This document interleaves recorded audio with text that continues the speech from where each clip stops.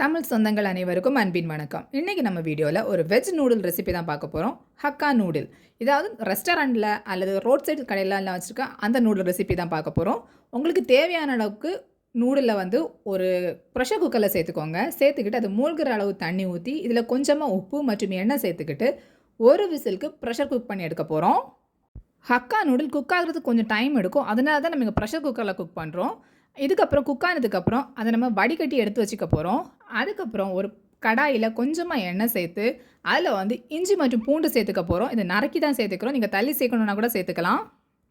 அது எண்ணெயில் கொஞ்சமாக ரோஸ்ட் ஆனதும் நம்ம நறுக்கி வச்சுருக்க வெங்காயத்தை இதில் சேர்த்துக்க போகிறோம்.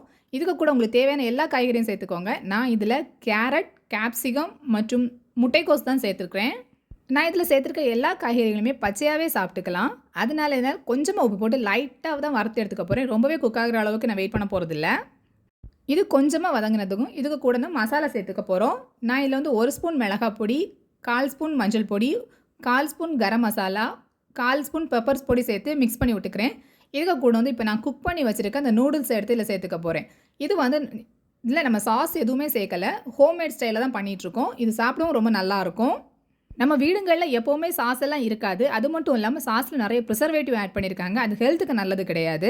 நான் இதில் கோதுமை நூடுல் தான் எடுத்துக்கிறேன். நீங்களும் வாங்கும்போது கோதுமை நூடுலாக பார்த்து வாங்குங்க. இல்லை ரீஃபைண்ட் வீட் ஃப்ளார்னு இருக்கும், அந்த நூடுல் எடுக்காதீங்க. அது மைதா நூடுல். மசாலா எல்லாம் எல்லாத்துலேயும் கோட் ஆகிற மாதிரி கலந்து விட்டுக்கிற போகிறோம். சுவையான நூடுல் ரெடி. நன்றி.